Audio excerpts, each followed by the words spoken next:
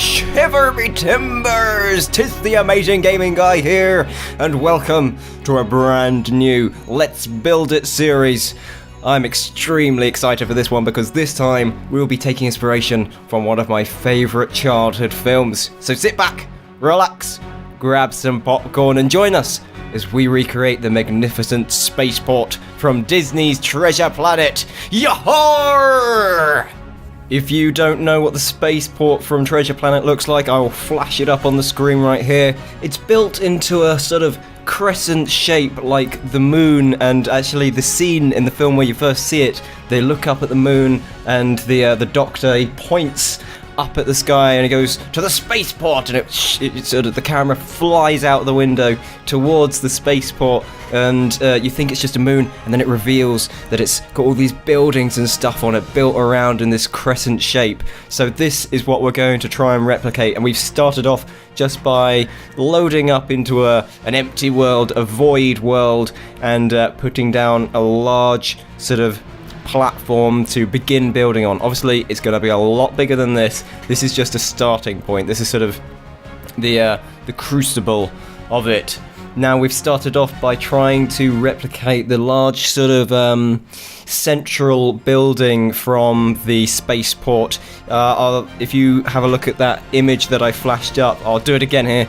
It's got this sort of big central pavilion in the very middle of the crescent. So this is what we're going to try and do here, and it's going to set the scale for the rest of the build. So by making this quite big, this is quite a big building by our sort of standards. We try not to build things on too massive a scale. So this is quite big for us, and then you can sort of imagine that all of the other buildings are going to be a little bit smaller than this, and they're going to scatter all over this crescent shape. Now, the style of the buildings in Treasure Planet are a bit strange. They're a mixture between very futuristic and steampunk, and we certainly have experience in that department. So this is going to be it's going to be quite new to us, but also slightly familiar. We're going to try and mix two distinct styles here, and you might have noticed that this texture pack is very different to what we normally use. So the base of this texture pack is the red craft pack, but I have actually edited this quite a bit. I've changed a lot of the textures, changed the sky texture, and we're also running Silda's vibrant shaders. So if you guys wanted to know those things, those are the details. Now I'll tell you what, it was pretty difficult getting detail onto the roof of this sort of pavilion building because of the sort of the shape. It's a circle, so there's lots of diagonals. We're trying to put texture onto the diagonals and stuff there. You can see the little swirls and stuff we put on the side of the building, different ridges and things, and I am quite pleased with how it turned out, but it took a lot of work, and it's not exactly the same as the reference images from the film, but I think it's close enough to resemble it. Now, we're using a great mixture of materials here. The white walls are, I believe that is my edited version of diorite, so it's actually sort of a marbly kind of texture, and we've put in big, just clear windows, and the roof is actually, it's clay, it's a hardened clay, but again, I've edited that texture. So if you guys want this edited texture pack, I will probably release it at some point, not straight away. Perhaps once we finish the build, I'll release it with the map right at the end. Now, we've really kind of struggled with the reference material because there's not a lot of it, and it seemed to be incomplete. It kind of differed from shot to shot.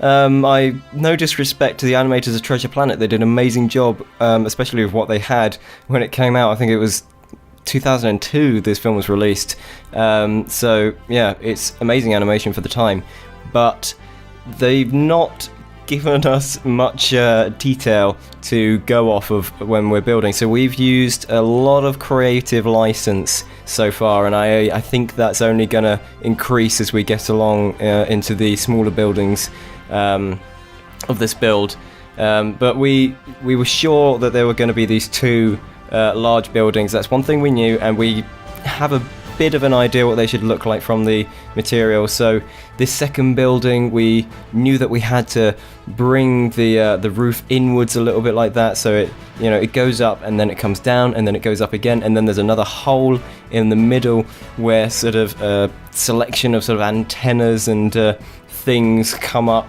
into the sky. Now, if you have a look at the windows on the side of the building, you can't actually see them quite yet here, but in the next couple of shots you will be able to.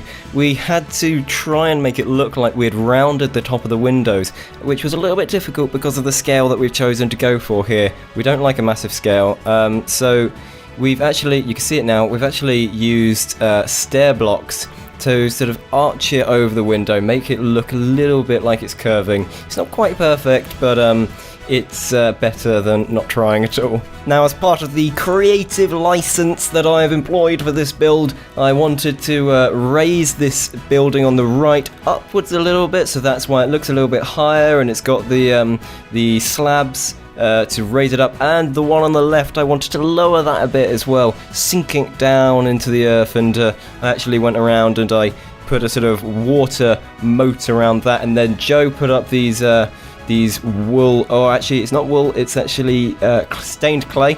He put up these stained clay banners hanging from the building, and we also added a little bit of brass texture to it.